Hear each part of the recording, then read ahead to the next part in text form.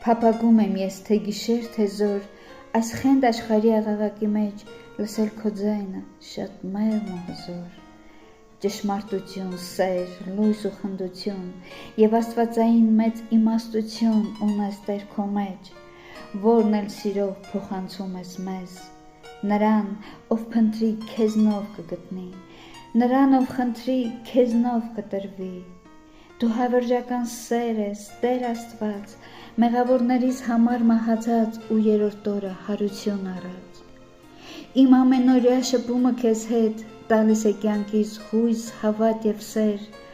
Հակառակ դեպքում աշխարհը դաժան, դարձած անեծքի ու մավան գազան, գերի է վերցնում մարդկանց խաբելով ու կյանքի միակ ճամփան փակելով։ Քեզանից բացի չկա ապաստան,